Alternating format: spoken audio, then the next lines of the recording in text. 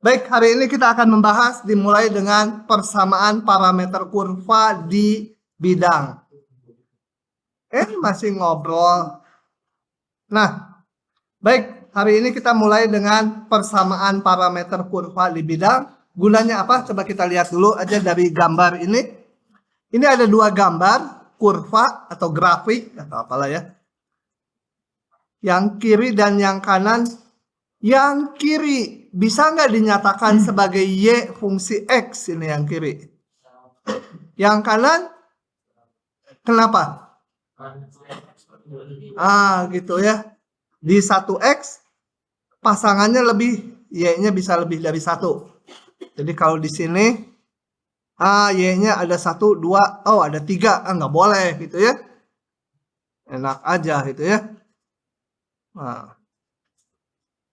Nah, masalahnya sekarang contohnya kalau partikel gerak di bidang gitu ya, semut gitu kan ya, di meja, di bidang meja. Kan geraknya nggak selalu harus seperti ini, bisa dia bolak-balik ke sini, bisa bolak-balik, bisa muter ke sini lagi, muter lagi. Nah, jadi geraknya partikel atau semut atau apapun nggak selalu bisa dinyatakan sebagai fungsi ya, Y fungsi X. Nah, untuk itu padahal ada keperluan nanti ngitung garis singgungnya di sini. Kalau garis singgung nanti menyangkut turunan. Kalau turunan ya harus fungsi yang diturunkan. Gimana? Nah, untuk itu supaya kita bisa menyatakan kedua gambar ini atau kurva manapun di bidang dalam bentuk fungsi, dibentuklah sebagai berikut. Nah, sebelum dibentuk, saya jelaskan dulu. Kalau ini gerak partikel di bidang, maka dengan berjalannya waktu, posisi, katakan ini partikel bergerak gitu ya, mengikuti ini. Maka posisinya X-nya berubah, Y-nya berubah, betul?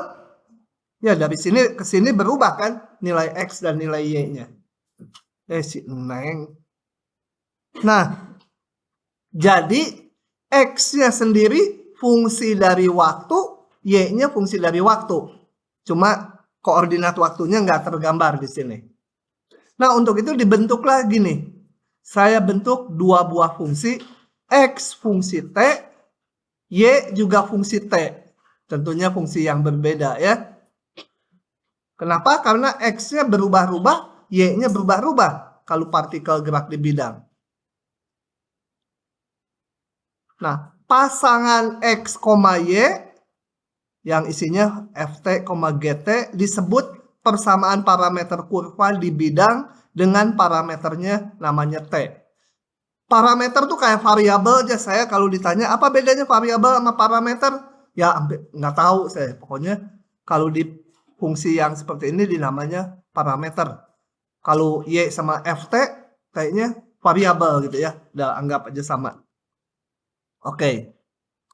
Nah, yang digambar di sini bukan fungsi F dan fungsi G-nya, tapi pasangan ini. Jadi misal T-nya 1 digambar F1 dan G1. Hitung F1 berapa nilainya, G1 berapa nilainya, nah digambar titiknya di situ. Nanti F untuk T yang lain dan GT yang lain digambar lagi titik per titik. Nah, nanti terbentuklah kurva seperti ini. Jadi di gambarnya T-nya nggak kelihatan. Ya. Nah, untuk konkretnya kita lihat contoh ini. Saya akan bahas manual saja ini. Di kelas tadi dibuka langsung, bawahnya di sini manual aja. Oke ya. Supaya bervariasi. Pertanyaannya apa ya? Pertanyaannya? Nggak ada. Pertanyaannya dibuat-buat aja. Nah, gambarkan di bidang XY fungsi parameter ini. Gitu ya. Nah, kalau mau menggambar, jadi digambarnya di bidang XY, bukan nggak ada T-nya. Meskipun T-nya mempengaruhi. Caranya ya dieliminasi T-nya.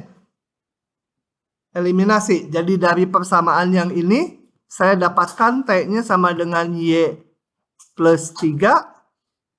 Masukkan ke persamaan yang X. Jadi X sama dengan Y tambah 3 kuadrat ditambah 2 kali Y tambah 3 gitu kan. Nah ini persamaan ini kita gambar. Saya sederhanakan dulu. Y kuadrat ditambah 6Y ditambah 9 ditambah 2Y ditambah 6. X sama dengan Y kuadrat. Betul nggak ini ngitungnya? Jadi tambah 8Y ya. Tambah 8Y. Terus tambah 15. Bisa difaktorkan nggak? Y tambah 3, Y tambah 5 gitu ya. Oke. Nah, jadi ini adalah gambarnya persamaan kuadrat ya. Gambarnya parabola, tapi karena X bergantung ke Y, maka parabolanya membuka ke kiri atau ke kanan. Kalau Y sama X kuadrat sekian-sekian, bukannya atas bawah parabolanya. Kalau ini X fungsi Y, bukannya kalau nggak ke kanan, ke kiri. Yang ini membukanya ke kanan, ke kiri. Kalau Y sama dengan 2X kuadrat, membukanya ke atas. Yang ke atas tuh cirinya apa?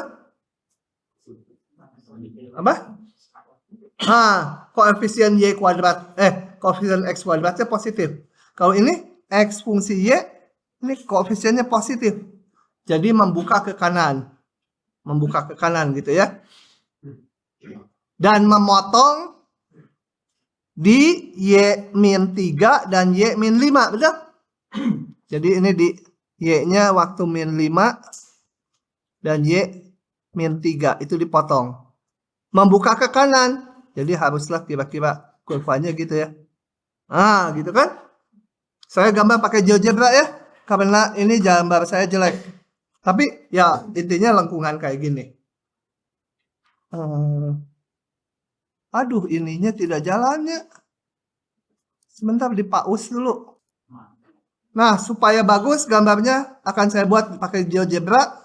Sudah dibuat langsung twing jadi ini gambarnya. Gitu ya.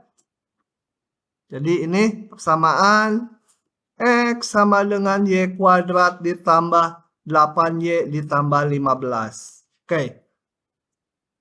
Apakah sudah selesai? Belum, karena T-nya dibatasi. Jadi nggak seluruh parabola T-nya dibatasi.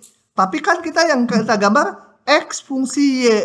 Jadi saya mau cari batas Y-nya dari sini. Jadi saya hitung lagi. Kalau T-nya mulai dari berapa? Min 2 sampai 3. T-nya min 2, Y-nya berapa? Masukkan ke rumus Y. Min 2, min 3, min 5 ya. Waktu T-nya sama dengan berapa? Lupa lagi si Aki mah. 3, ini 3 kurangi 3 jadi 0. Jadi kurvanya hanya dipakai di Y sama dengan min 5 sampai Y-nya 0. Y-nya 0 di sini ya. Ini sumbu Y. Sumbu X. Jadi hanya Y-nya min 5 sampai Y-nya 0. Mana Y-nya 0? Ya sumbu X. Nah, di situ. Jadi gambarnya hanya itu aja. Jangan seluruhnya dengan yang hijau tadi. Dan waktu T-nya paling kecil, ini dinamakan titik awalnya di sini nih. Titik akhirnya di sini. Jadi digambarlah panah gitu. Jadi kalau persamaan parameter tadi menyatakan gerak partikel di bidang, dia geraknya dari sini ke sana terus berhenti di sini. Oke. Paham tidak? Siapa yang sudah paham? Lanjut. Ya. Jadi di gambarnya nggak kelihatan T-nya ya. Hanya tahu kalau T-nya membesar, geraknya ke sana. Gitu ya. Oke. Lanjut ke contoh berikutnya. Ah, ini udah ya, ada ya.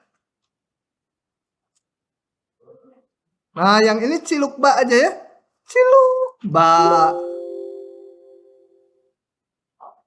Diberikan persamaan parameter ini. X-nya A cos T, Y-nya B sin T, A dan B-nya positif ya. Tambahkan aja A dan B-nya positif untuk memudahkan. Dengan T-nya di antara ini. Nah, eliminasilah parameter T-nya, lalu gambar grafik serta arahnya. Grafik dalam bidang XY. Gimana ngilangin T-nya? Hah? Ambillah pen warna putih. Kemudian ditulis. Nah, hilangkan T-nya. Begitu. Jadilah benar-benar dosa sin. Kalau sin T itu kan masih ngitung nilai sinus dari sudut. Ini benar-benar dosa kalau gini. Nggak boleh ya. Gimana ngilangin sin dan cos? Cari hubungannya sin dan cos. Di rumus identitas trigonometri. Pakai rumus. Ini kan X sama dengan A cos T. Jadi cos T sama dengan X per A. Betul? Bengong. Bener nggak? Hah? Nggak mikir. Udah lagi nggak mikir. X sama dengan A cos T. Berarti cos T sama dengan X per A. Betul? Sin T sama dengan Y per B. Betul? Supaya cos sama sinnya hilang, diapakan? Hah? Digilikan atau tuh ya. Terus supaya hilang T-nya gimana kan? Dibagi nggak hilang. Hah? Apa? Dia apa? Yang keras satu jalan asa-asa. Betul. Ambung arkos mah susah. Meskipun benar juga tapi susah nanti gambarnya. Pakai apa? Supaya hilang T-nya. Ani pakai apa nih? Pakai nggak tahu. Ya, gimana? Supaya hilang T-nya. Dia tanya ke profesor. Kenapa yang ditanya dia sok tanya ke profesor? Hah? Kita hitung sin kuadrat. Ini cos kuadrat ditambah sin kuadrat 1. Cos kuadrat adalah ini. Kuadrat. Sin kuadrat ini kuadrat. Sama dengan 1.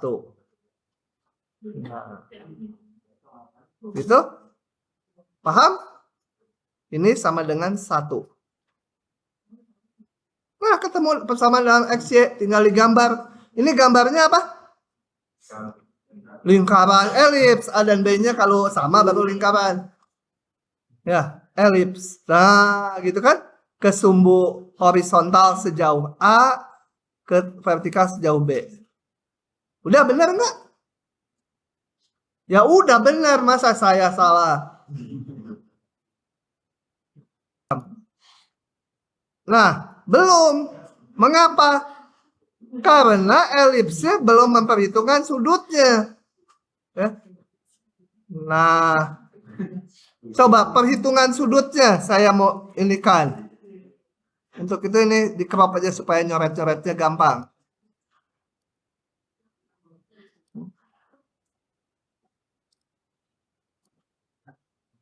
Kita lihat ini. T-nya bergerak 0 sampai pi. Kayak tadi, waktu T-nya 0, X-nya berapa? Hitung, dari sini X-nya. A cos 0.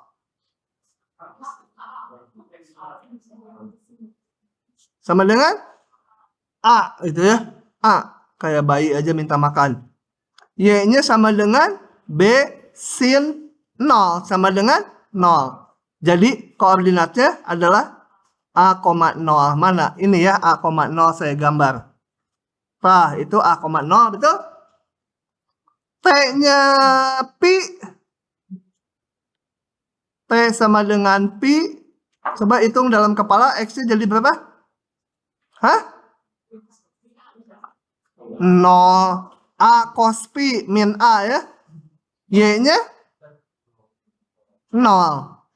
X-nya min A, Y-nya 0. Jadi ini betul? Jadi bergerak dari titik yang di kanan merah sampai yang merah di kiri ya. Nah, geraknya ke atas atau ke bawah? Hah? Kan bisa ke sana, bisa juga ke sana kan? Kemana? Ah, suka-suka aja ya. Orang mau ke Jakarta lewat mana terserah itu.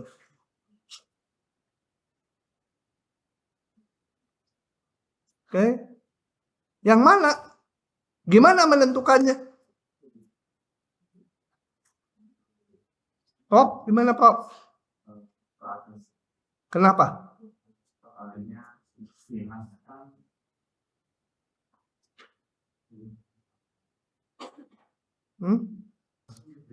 Oke, jadi usul dari si siapa ini namanya? Nah, Alphard ya. Mobil, Alphard. Nah, berdasarkan usul dari Alphard, kita cek aja di titik T yang lain gitu. Kalau T-nya berapa? Saya dia ngusulkan T-nya pi per 2. Saya mah mau pakai T-nya yang kecil aja. T sama dengan pi per 100.000. Nah, gitu ya. Jadi sedikit di atas 0 T-nya. Maka X-nya sama dengan apa tadi? A cos pi per 100.000. Y-nya sama dengan B sin pi per 100.000. Nah, ini nilainya positif negatif? Yang ini? Plus 0. A dan B-nya positif ya. Jadi, kalau T-nya naik sedikit, haruslah ke atas. Kan? Karena X-nya harus di positif, Y-nya juga harus positif. Kalau ke bawah X-nya masih positif, Y-nya negatif kan? Nah, dua-duanya harus positif. Jadi harus ke sana. Gitu ya. So, tadi direkam nggak ya yang ini? Nggak tahu lah. Nah, begitu. Jadi T-nya kalau nggak tahu, naikkan sedikit T-nya dari batas bawah ini. Nah, saya berikan gambar yang bagusnya. Kalau dimasukkan tadi X-nya. Ah, nggak perlu. Ini nggak perlu. Mendingan yang saya aja. Bingungin. Itu ya, naikin T-nya sedikit. X-nya harus positif, Y-nya harus positif. Jadi kalau T-nya naik dikit, X-nya harus positif, Y-nya juga harus positif. Jadi ke atas. Apakah ini melingkarnya sekali gitu atau berulang gitu? Nah, ini kita lihat dari pi ini. Fungsi trigonometri ini kan periodenya 2pi gitu ya. Kalau satu penuh gini aja 2pi. Kalau setengah pi ya sekali aja lintasin. Sudah? Lanjut lagi. Aduh, kelamaan udah 32. Harus ngebut. Mana ini? Mana? Oh, ini salah mencet. Lah, kenapa ke OneNote terus? Oh, ada ini. No. Oke. Nah, ini istilah-istilah. Ini yang sederhana sama nggak sederhana jarang dipakai istilahnya, belum pernah keluar rasanya. Yang pertama dulu, kalau kita masukkan T yang paling kecil, dihitung X dan Y-nya, maka titik ini disebut titik awal atau titik pangkal ya. Kalau kita masukkan T paling besar ke persamaan X dan Y-nya, kita dapat titik yang paling akhir, disebut titik akhir. Nah, bila titik, ini nanti dulu.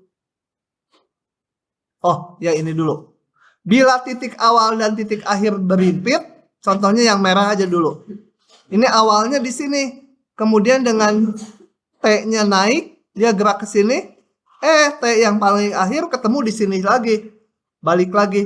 Itu dinamakan kurvanya tertutup. Gitu ya. Kemudian yang ada istilah kurva sederhana. Kurva sederhana itu yang tidak sederhana itu kurvanya pernah dipotong sama dirinya sendiri. Jadi kalau T-nya membesar gitu terus ini terus T-nya membesar, balik ke sini motong. Nah, ini tidak sederhana. Yang ini juga tidak sederhana. Kalau memotongnya hanya di ujung-ujung sekali, di awal dan di ujung, ini masih disebut sederhana. Jadi kalau tidak sederhana tuh kepotong di tengah. Ada T1 dan T2. Di mana ini? T1 sampai sini. Kemudian T-nya membesar sampai T2, XY-nya di sini lagi. Nah, itu tidak sederhana. Udahlah, nggak terlalu penting. Sekarang kita akan belajar yang namanya kurva parameter sikloid ya. Sebelumnya saya akan lihatkan animasinya dulu. Jangan lama keluarnya. Udah keluar. Gini. Ini ceritanya ada sebuah roda ya, ban motor, ban mobil gitu ya, atau ban sepeda. Kemudian yang bawahnya ini saya namakan titik P. Kemudian digelindingkan ke kanan. Menggelinding ke kanan. Kalau menggelinding ke kanan, coba ya, saya pilih dulu.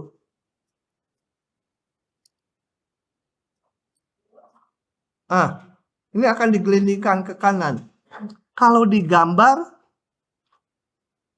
mau diikuti jejak si titik ini, titik yang di bawah, sebutlah titik P. Maka titik P akan seperti ini jejaknya gitu ya, atau akan seperti ini. Jadi dia akan ke kiri dulu sedikit, kemudian baru ke kanan, atau langsung ke kanan. Ke kiri dulu. Oh, udah bisa nyetir mobil belum? Oh, belum. Nggak apa-apa, nggak punya mobil, juga pinjam ganti-ganti. Kalau ganti-ganti kan bisa hari ini BMW, besok Honda CR-V, besok lagi Mercy. Jadi mobilnya banyak. Banyak mobilnya, bukan nggak punya mobil, banyak gitu. Tapi belum dicobain. Ih, kerekam lagi, sialan. Coba kita lihat gerak roda ini ya. Yang menggelinding. Dia akan posisi ini kita ikuti titik yang di bawah. Tuh. Nggak jalan. Oh, jalan. Tuh, gitu. Tapi yang merah ini bukan lingkaran ya. Jejaknya bukan lingkaran. Namanya nanti sikloid. Kenapa namanya sikloid? Saya nggak tahu ya. Kenapa namanya bukan si Anto gitu ya. Tapi habis bensin sampai situ. Isi bensin dulu. Isi bensin, gerakin lagi. Nah, kalau udah diisi bensin, rajin dia gerak terus. Gitu ya. Oke. Tujuan kita nanti adalah menentukan persamaan kurva yang merah. Berdasarkan besarnya putaran roda. Bentar, saya pause dulu. Habis bensin. Ya. Nah, kalau dia berputar sampai sini, satu putaran roda, maka jarak tempuhnya ini yang mendatar sama dengan keliling roda, betul? Oke, itu akan saya pakai. Balik ke slide-nya. Oke, sikloid. Jadi awalnya roda di posisi ini dengan bawahnya di pusat koordinat. Setelah menggelinding, ini digambar sudutnya di sini karena dari sini ngitungnya ya, menggelinding ke kanan. Setelah menggelinding sebesar T radian, si titik P naik kan sampai sini ya. Nah, saya akan merumuskan berapa posisi P setiap saat. P itu, mana? Kok nggak adaannya tintanya? Kemana kamu? Hah? Mana? Nggak ada. Oke, saya mau mengetahui P ini kan koordinatnya X, Y, betul? Dan bergantung ke T, bergantung kepada jejak ini, putarannya si roda. Nah, sekarang X-nya itu mana? X itu adalah jarak OM, betul? Ini OM, Y-nya itu adalah MP ya, atau PM. Y-nya itu tingginya si P, X itu jarak horizontalnya. Nah, kita akan hitung. Sebelumnya ini dulu harus diketahui. Kalau saya punya busur lingkaran, jari-jarinya A, sudutnya theta, berapa panjang ini? Panjang busur ini. Maka panjang busurnya sama dengan A kali theta. Siapa yang udah tahu? Walah, nggak ada yang tahu. Siapa yang belum tahu? Udah tahu. Jadi gila bener. Tahu dan tidak tahu. Coba, untuk mendapatkan ini kita lihat gini. Kalau tetanya satu lingkaran penuh, maka panjang busurnya berapa? Kalau tetanya satu lingkaran penuh, berapa panjang busurnya ini? 2πr. 2πa ya, jari-jarinya A. Kalau tetanya hanya setengah lingkaran aja, 180 derajat. Ini πa kan? Kalau tetanya sebesar T,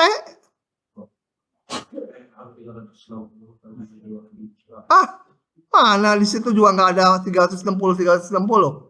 Coba kalau sudutnya setengah pi, berapa panjang busurnya?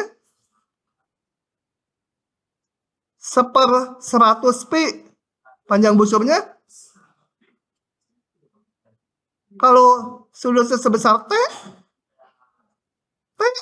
tugas akhir nanti kalian 4 tahun lagi, 3 tahun lagi. Kalau dibagi itu 360 kali apa itu? Kalau sudutnya dalam derajat. Ini udah radian, kalikan aja. Oke, balik ke slide-nya. Saya sekarang mau ngitung X-nya si titik P. Sebentar dulu ini. ON, jarak yang ditempuh. Kalau ini titik ini tuh apa? Mobil yang bergerak ke kanan. Jarak yang ditempuh yaitu ON itu sama dengan panjang busur PN, betul? Ya. Putarannya roda yang udah ditempuh oleh putaran roda sama dengan jarak yang ditempuh oleh si kendaraannya. Kalau satu putaran penuh sampai sini, jadi jarak tempuhnya ini sama dengan satu lingkaran ini, gitu. Ya. Jarak ON sama dengan panjang busur PN. Panjang busur PN, kalau ini tadi lingkarannya jari-jarinya A sama dengan A kali T. Yang tadi barusan ini ya. Besarnya sudut kali jari-jari. Itu panjang busurnya. Oke? Jadi sekarang saya menghitung X-nya. X itu adalah OM. OM sama dengan ON dikurangi MN. Kenapa dilarikan ke ON? Nanti ada itunya karena rumusnya gampang jadinya. ON. ON tadi kan udah punya AT. MN coba saya hitung MN. Mana? MN itu saya ngitungnya di sini. Ini sebut ada apa? Gitu ya. UC. Nah, saya mau ngitung UC. Sudut ini tadi sebesar T. Jadi sudut ini berapa? sama dengan T dikurangi Pi per 2, betul? Kan ini 90 derajat. Dari sini ke sini T, ya yang kecil ini, T seluruhnya T dikurangi Pi per 2. UC dibagi jari-jari, ini A ya, jari-jarinya, sama dengan apa? Cos ya. T min Pi per 2, betul? UC dibagi A sama dengan cos ini adalah sama dengan apa? Sin, betul? Ya. Nah, jadi si UC itu sama dengan A sin T. Nah, ini UC itu sama MN sama. UC ya A sin T. Paham? Nah, jadi posisi X setiap saat terhadap putaran sudut T itu sebesar T, itu posisinya X sekian. Y-nya MP, PM atau MP. Saya pecah menjadi mana ini? NR, mana NR? Oh, MP sama dengan NR. NR sendiri dipecah menjadi jari-jari, ini NC ditambah CR. Nah, CR kita hitung gini. CR dibagi A. CR tuh ini ya. CR tuh jangan CR lah. Yang segitiga ini aja. CR itu PU ya. UP dibagi A sama dengan sin sudut T min Pi per 2. Hilang. Mana dia yang hilang? Sin T min Pi per 2. Hilang lagi. Oh, karena itu slidernya dipencet. Sin T min Pi per 2 ya. Gitu. Ini sin sudut ini adalah UP dibagi A. UP itu CR. Sin T min Pi per 2 menjadi cos T ya. Kalau nggak percaya masukin aja. Sin T, sin Pi per 2 dikurangi sin T cos Pi per 2. Itulah pokoknya rumus itu. Jadi UP sama dengan A cos T. Nah ini. CR sama dengan UP yaitu A cos T. Ya, udahlah segitiga biasa siku-siku sin dan cos. Nah, jadi Y-nya ini. Jadi berdasarkan putaran sudut ini, T-nya parameternya putaran roda, persamaan lintasan sikloid, namanya lintasannya diberi nama sikloid adalah ini. X-nya ini, Y-nya ini. Gitu ya. Oke. Kenapa dibahas sikloid? Karena sikloid ini benda ajaib. Gini, yang pertama, yang ke satu saya ceritakan lewat gambar aja. Gini, kalau saya di permukaan bumi ini, kemudian ini ada titik. Si Ani ada di sini gitu ya. Di sini ada si Toto. Nah, bukan si Ani, kita ini mah posisi. Ini ada partikel di sini mau nyampe ke titik A. Kan bisa kita tambahin bidang datar gitu kan. Bidang miring. Bidang datar yang miring. Ngegelundung jatuh kan. Bisa juga saya pasangin sebuah lengkungan gitu di sini. Ngegelundung ke bawah. Nah, sikloid itu punya keistimewaan kalau dari titik T pengen sampai titik A secepat mungkin, maka kurvanya ini, lengkungannya ini harus berbentuk sikloid. Enggak saya buktikan di sini karena kalian harus belajar yang namanya kalkulus variasi untuk membuktikan itu. Di fisika dibuktikan. Ya. Jadi dibandingkan bidang miring atau lengkungan lingkaran atau lengkungan yang lain, itu akan paling cepat waktunya sampai ke bawah kalau kurvanya berbentuk sikloid. Hebat itu ya sikloid tuh. Kedua yang lebih berguna lagi ini. Saya perlihatkan di sini. Yang kedua. Yaitu kalau kita punya ini kurvanya sikloid. Kalau saya punya partikel di sini, nggak penting mana yang lebih gede atau lebih kecil. Dan partikel kedua lebih rendah. Kalau dilepaskan, maka nyampe ke bawahnya bersamaan. Ah, gitu ya. Tuh, bersamaan tuh. Ah, itu dihitung tuh. Jadi, kalaupun mana ini teh? Kalaupun tadinya kurvanya yang hijau di situ, kemudian ada yang merah. Nggak bisa digambar ya. Ini video. Gambarnya di crop dulu berarti. Pasang lagi di sini supaya bisa dicoretin. Gedein. Nah, jadi kalau yang merah itu sikloid, saya punya partikel di sini. Bom. Partikelnya gede itu bom. Nah, dilepaskan ketiganya bersamaan, nyampe di bawahnya itu akan bersamaan. Ini sedikit tapi waktunya sama aja dengan yang hijau. Udah percaya, dia mukanya nggak percaya. Ngibul aja katanya. Enggak beneran.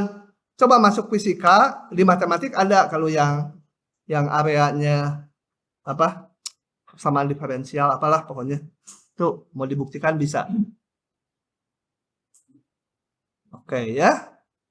Begitu, percaya aja. Nah, keuntungannya itu bisa dipakai untuk membangun jam Ning-Nong supaya akurat.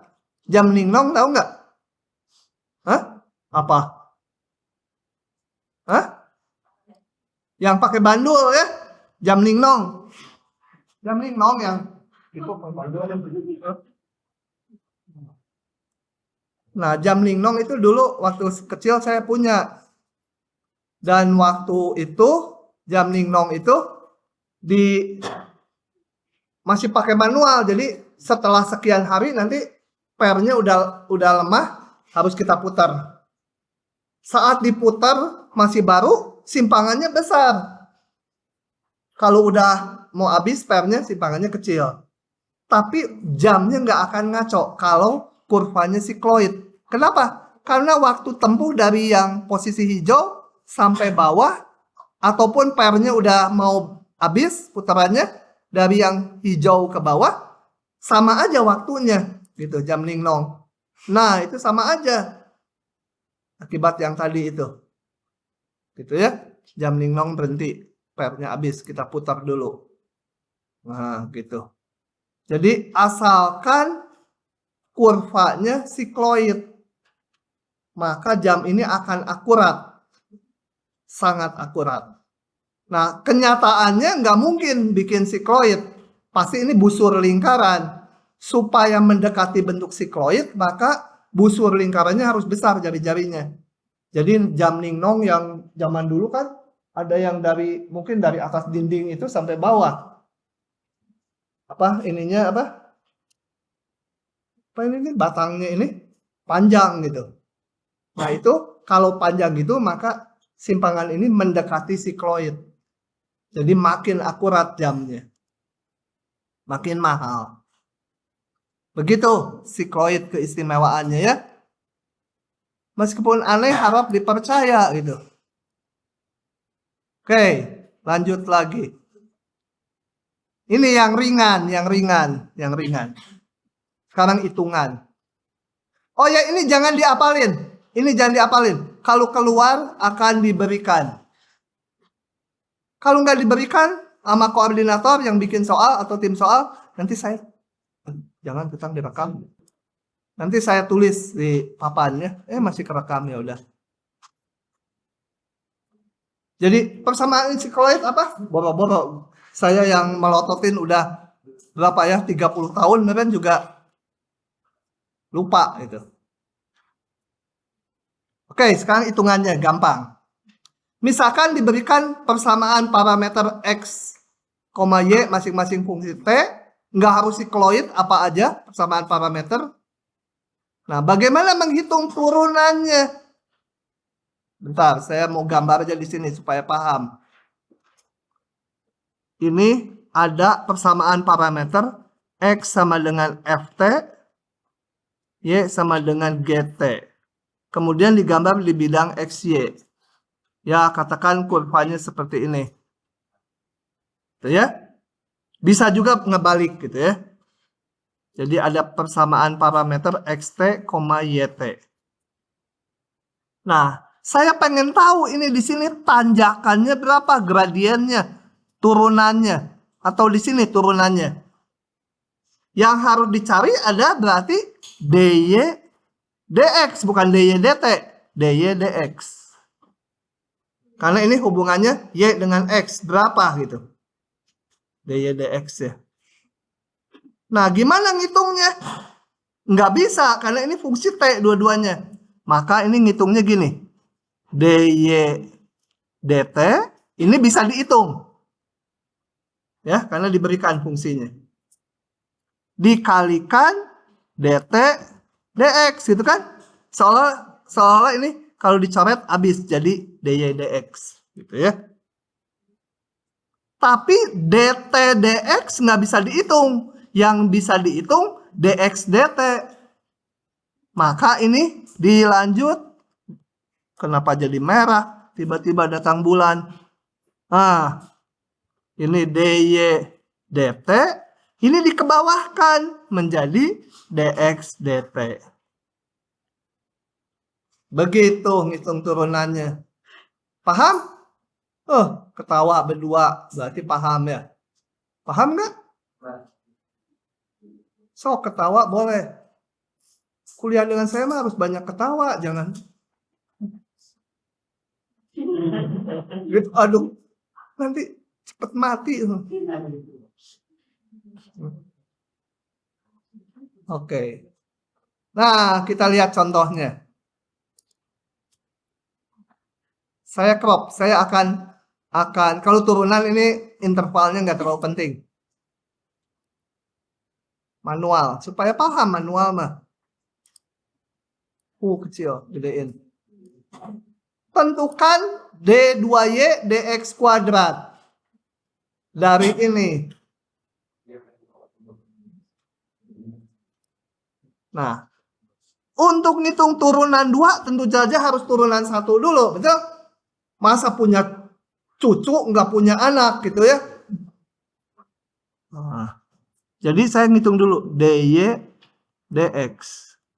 Lupa gitu, tadi rumusnya lupa. Ini tutup supaya lupa. Nah, rumuskan lagi di sini. Sama dengan dy dt.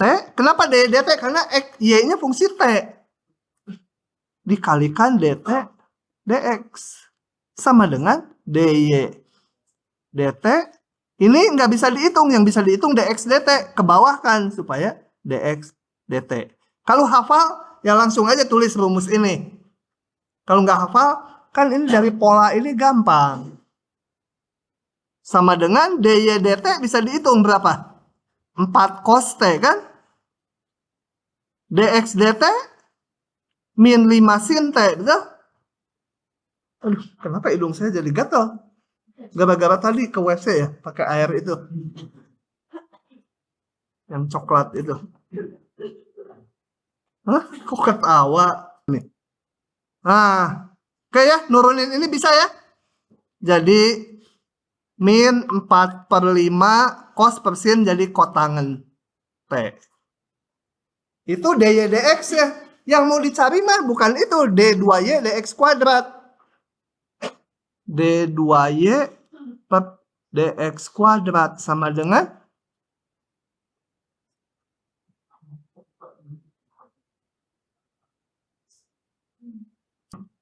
ngaco ah. Ini adalah turunan 2 adalah turunan 1 diturunin lagi, betul? Terhadap x lagi ya. Kan d2y dx kuadrat itu sama dengan turunan 1 diturunin lagi gitu kan. Turunan satunya ini kan dy dx kan? Semua terhadap x ini maunya. Oke. Jadi kalau polanya ingat, ya rumus akhirnya lupa, ya nggak apa-apa, nanti bisa dirumuskan ini lagi. Nah,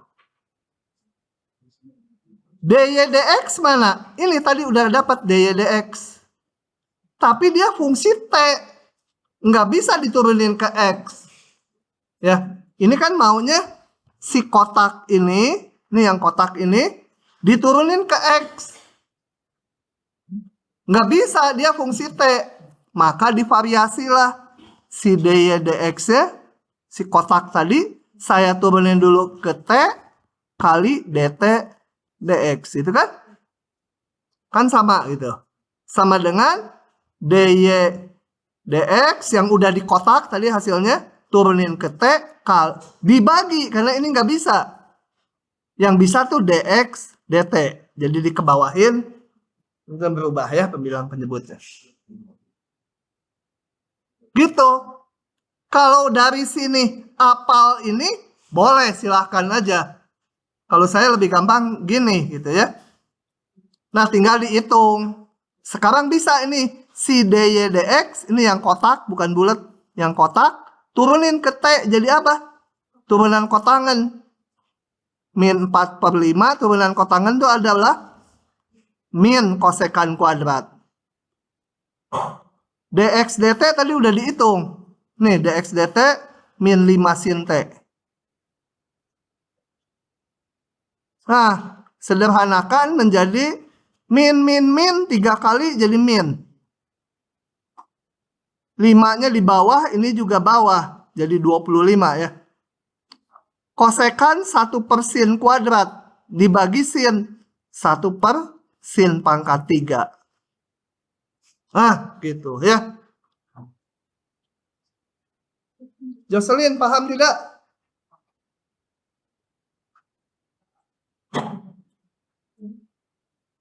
Sok, paham nggak?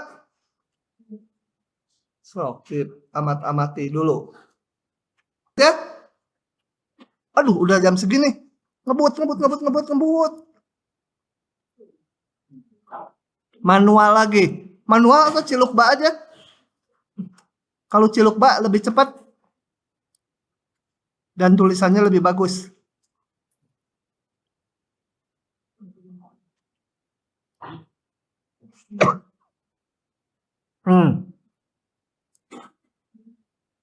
Oke, diberikan fungsi parameter ini, hitung integral ini. Nah, ini nggak boleh, ini kan dx, ini x, y-nya dikeluarin aja ke depan, itu dianggap konstanta. Nggak boleh. Kenapa? Karena t, x, dan y itu saling terkait. Jadi ini bukan konstanta y-nya. Jadi nggak boleh y kuadrat integral x dx, itu nggak boleh ya. Nah, biasanya kalau udah menyangkut fungsi parameter yang seperti ini diubah ke dalam parameternya. Ya. Jadi ini gampang, ini tinggal diganti oleh 2t min 1 kan? Y-nya diganti dengan t kuadrat tambah 2 pangkat 2 nanti. Dx-nya cari hubungannya dengan t, dengan dt. Dari yang mana? Karena dx ya dari sini. Dx sama dengan 2 dt turunin. Jangan lupa batasnya. Kalau ini dx, berarti ini batas x, 2 ini. Jadi batas-batas. Kalau x-nya sama dengan 1, t-nya berapa? Berarti 1 sama dengan 2t min 1. T-nya dapat 1 ya.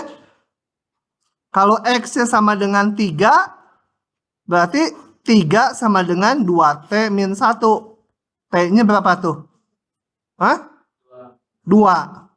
Sehingga kalau ini saya sebut si K gitu ya, si penjahat tuh, maka K sekarang berubah menjadi 1, 2.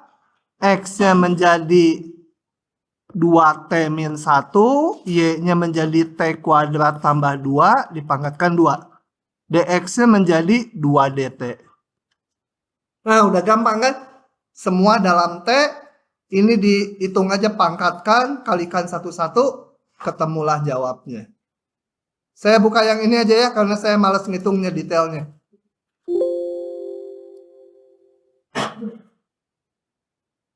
Nah, ini dikalikan jadi ini. Integralkan, masukkan batasnya. Sudah?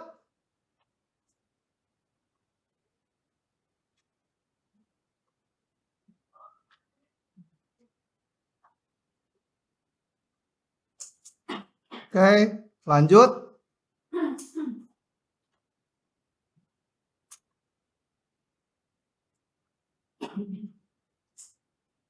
Ya. Lanjut lagi. Yang ketiga. Saya tulis dulu di sini, nanti hitungannya dibuka lagi. Dari jawaban situ.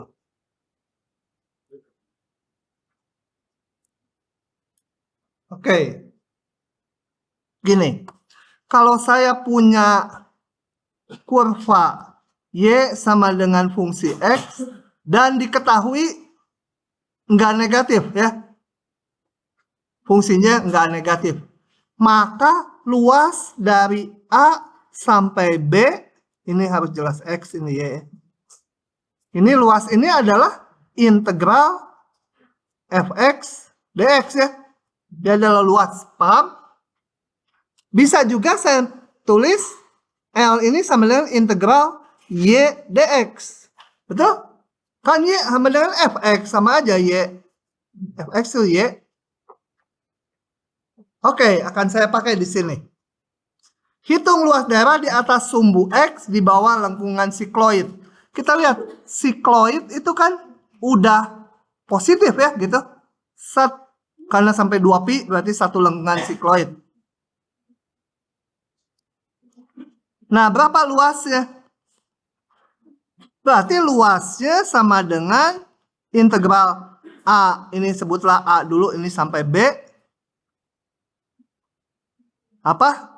Y dx, betul? Sama dengan ini, Y dx. Nah, ngitungnya kembali pakai parameter. Berapa A dan B-nya? Kita lihat, kalau T-nya sama dengan 0, X-nya berapa? Kenapa ngitung X? Karena ini dx, batas X. T-nya 0, X-nya berapa? 0 dikurangi sin 0. 0 ya. Dari sini ya. Nah, sana. Kalau T-nya sama dengan 2pi, X-nya sama dengan, oh kebetulan sama 2pi juga. Jadi luas harus batas X ya. Kebetulan sama batasnya. Ini kebetulan. Tapi yang di bawah ini batas X. Bukan batas T. Karena integralnya dx. Tapi kembali muter ini. Tapi kembali ini kan Y-nya bukan konstanta. Nah, boleh ini semua, kata si profesor, diubah dalam X. Atau semua dalam Y. Jadi nanti berapa Y, dy boleh. Atau ininya diubah dalam X, boleh Y-nya. Paling gampang dalam parameternya. Coba kita lihat. Y-nya kan udah ada ini. 1 min cos T. dx-nya kita cari. Dari X sama dengan T min sin T. Gitu. dx-nya apa? 1 min cos T dt. Betul? Turunin. Nah. Jadi saya udah punya sekarang luas sama dengan integral apa? Y-nya tadi udah ada di atas, apa tuh? 1 min cos T.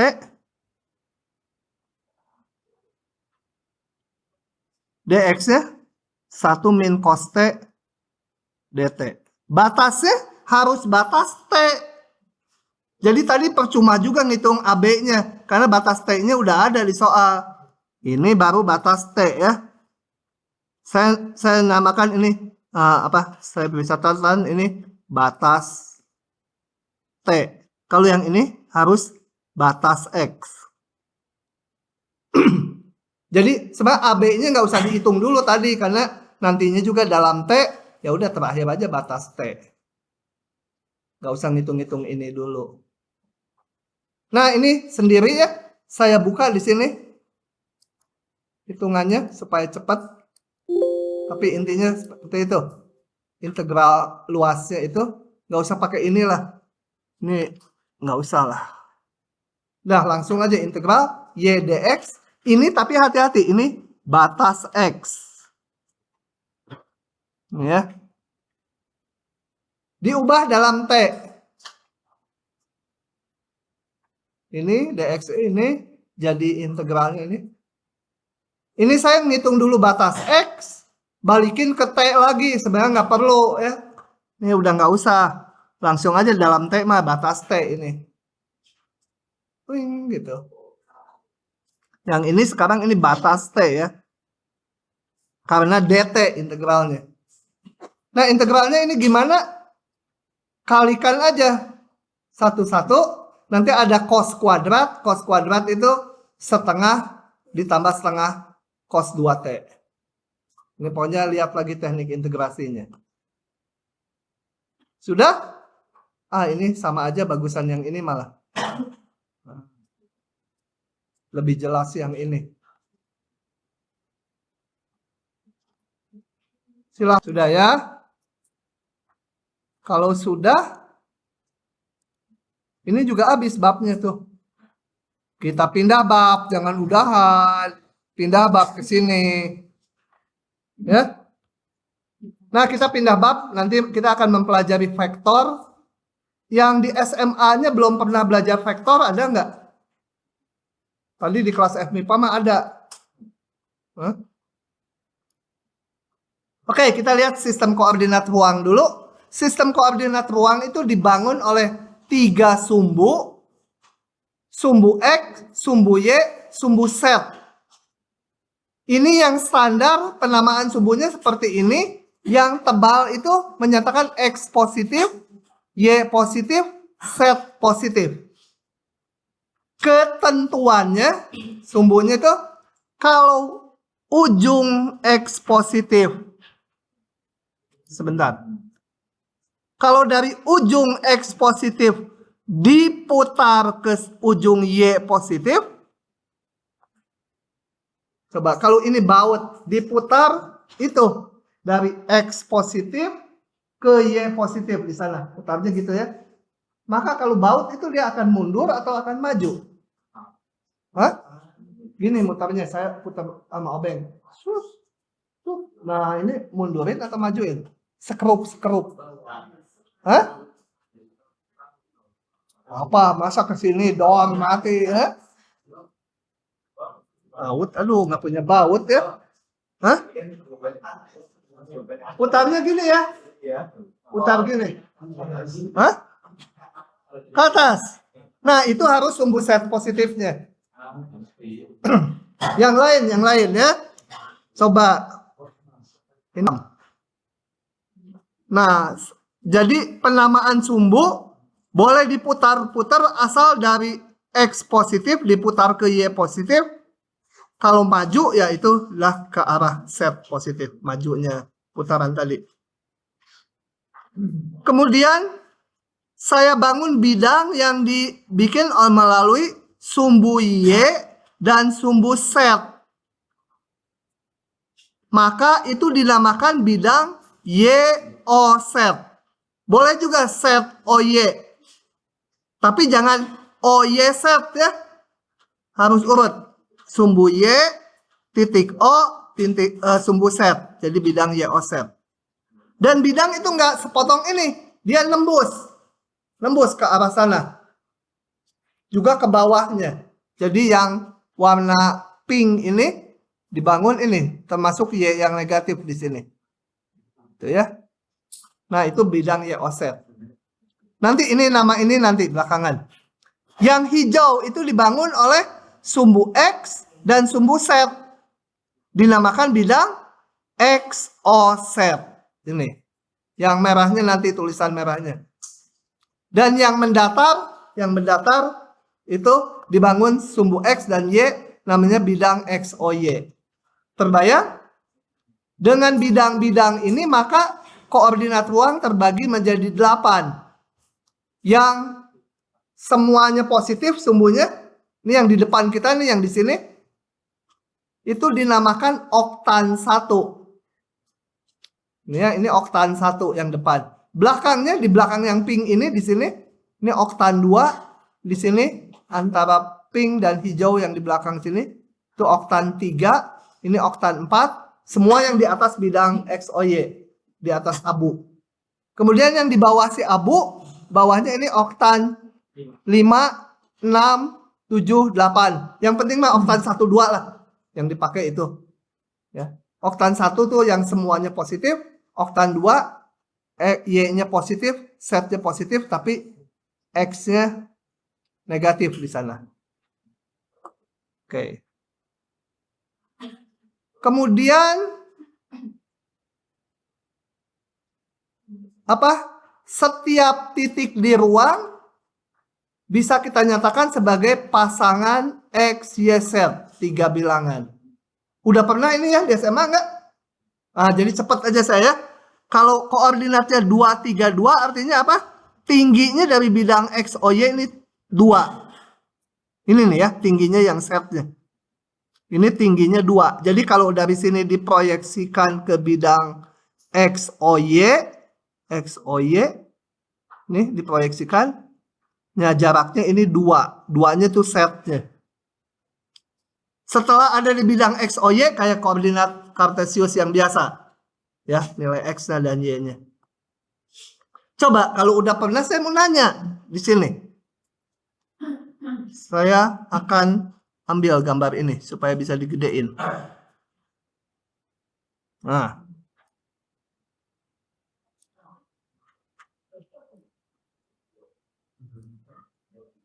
Gedein. Gede? Gede. Sekarang kalau saya punya titik di sini, titik jarak dari pusat koordinat, ini jaraknya 2 gitu ya. 2. Baca nggak itu? 2. Maka koordinat titik P ini berapa? 0, 2, 0. Oke. Kalau di sini ada titik, ini masih selurusan ini. Ini titik Q. Maka koordinat titik Q berapa? 0, nggak tahu berapa ya. Ini kan jaraknya nggak dikasih tahu berapa. Tapi gitu kan, betul? Ya. Ya, ini titik-titiknya tergantung ini berapa jarak ke sumbu ke pusat koordinatnya. Kalau ada titik di sini, titik R, koordinatnya apa?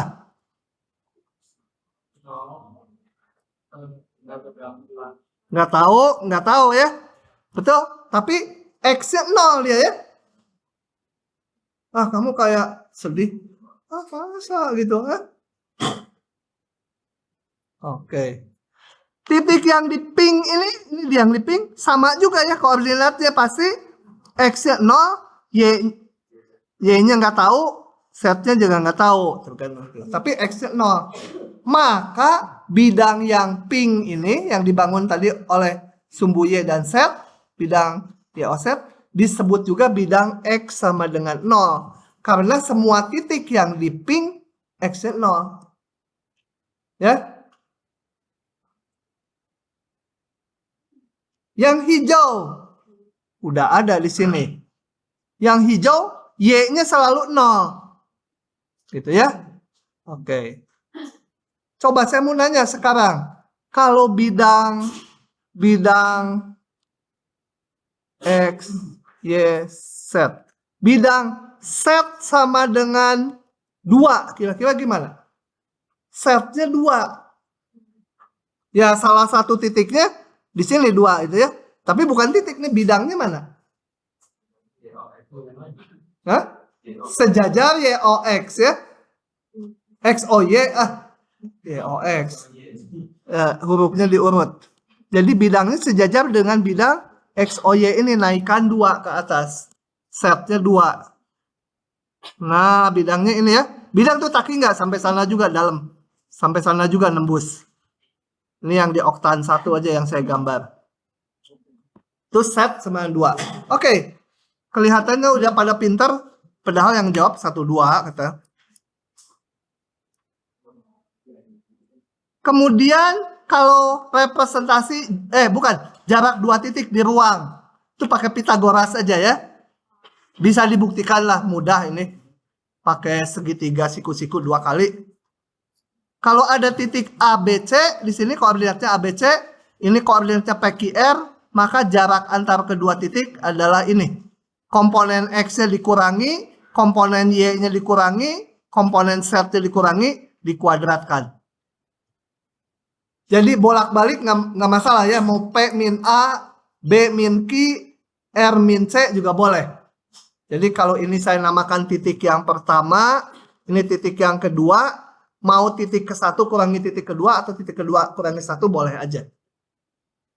Tapi sebaiknya konsisten ya. Kalau A min P,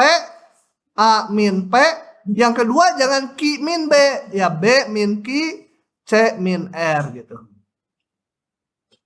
Itu jarak 2 titik di ruang. Nah, sampai situ aja hari ini. Ada pertanyaan nggak?